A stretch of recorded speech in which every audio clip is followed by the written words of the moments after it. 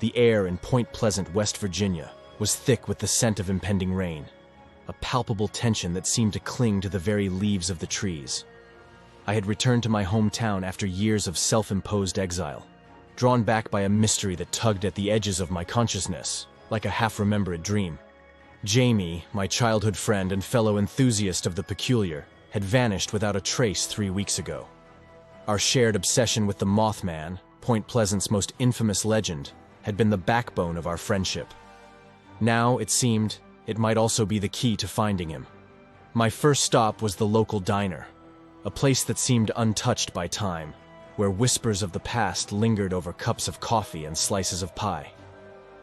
"Alex, haven't seen you around in years," the waitress, a middle-aged woman with kind eyes, remarked as she slid a menu across the counter to me. "I'm back for a bit, looking into something personal," I replied, scanning the room. The diner was a microcosm of the town itself, a place where stories and secrets were traded like currency. "Anything to do with your old Mothman hunts?" she asked, a note of curiosity in her voice. "Something like that.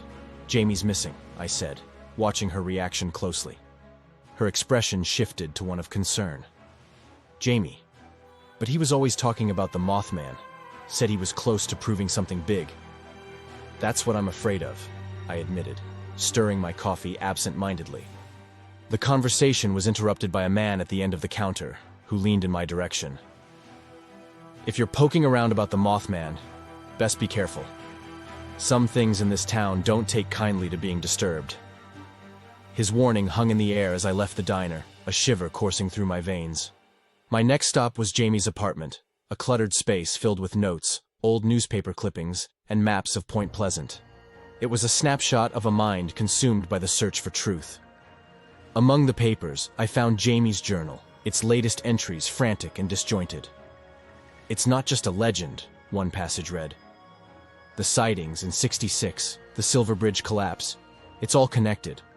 They're trying to hide the truth, but I've seen it. The Mothman is real, and it's a warning." The entries became increasingly erratic, mentioning a secret society and a forthcoming disaster tied to the Mothman's appearance. Jamie believed he was being watched, that his phone was tapped, and that he was close to uncovering something monumental. The final entry was a date and time, 2 days from now, at the TNT area, the site of numerous Mothman sightings in the 1960s. Determined to follow Jamie's trail, I spent the next day talking to locals, combing through historical records, and visiting the sites of Mothman sightings.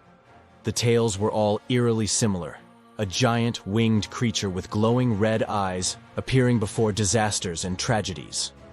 The Silver Bridge collapse was the most infamous, a tragedy that claimed 46 lives and was preceded by numerous Mothman sightings. As the pieces of the puzzle began to fit together, I couldn't shake the feeling of being watched. Phone calls went unanswered, and shadows seemed to flicker at the edge of my vision. The night before the date in Jamie's journal, I received an anonymous email. "Stop looking. Some truths are best left hidden."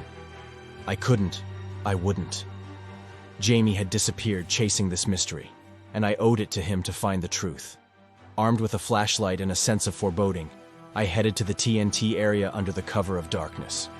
The air was electric, the silence of the night punctuated by the distant sound of the Ohio River. As I navigated the abandoned bunkers, a figure stepped out from the shadows. "You shouldn't have come here," he said, his voice barely above a whisper. "Who are you? What happened to Jamie?" I demanded, my flashlight beam fixed on him. He was an older man, his face etched with lines of worry and fear. "I'm part of a group that's been watching the Mothman, trying to understand it." Jamie got too close to the truth.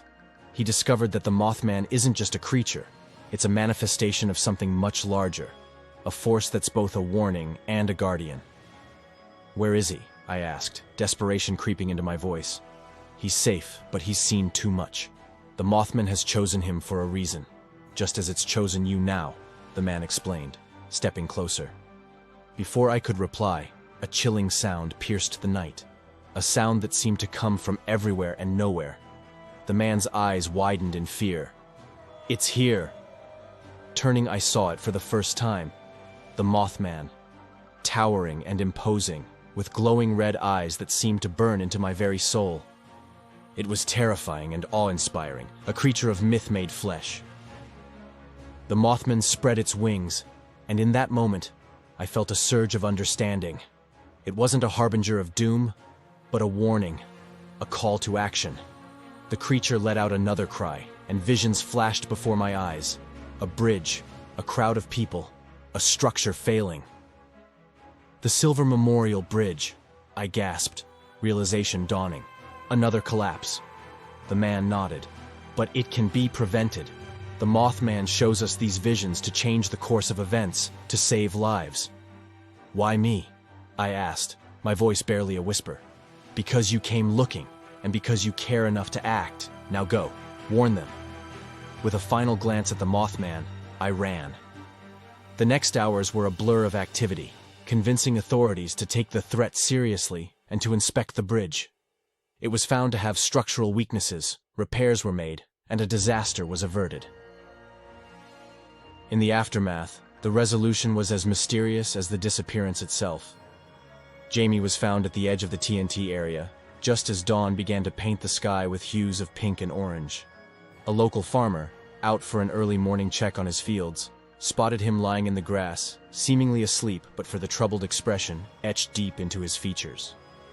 When the farmer approached, Jamie stirred, his eyes fluttering open to reveal a deep confusion, as if he was waking from a dream he could neither remember nor fully escape. He was disoriented but unharmed, dressed in the same clothes he had vanished in, now worn and tattered. His first words were a whispered question. Did it happen? But he could not, or would not, explain what he meant.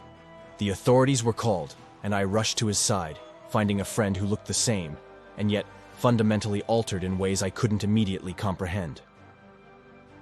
Jamie's memory of the past weeks was a blank slate.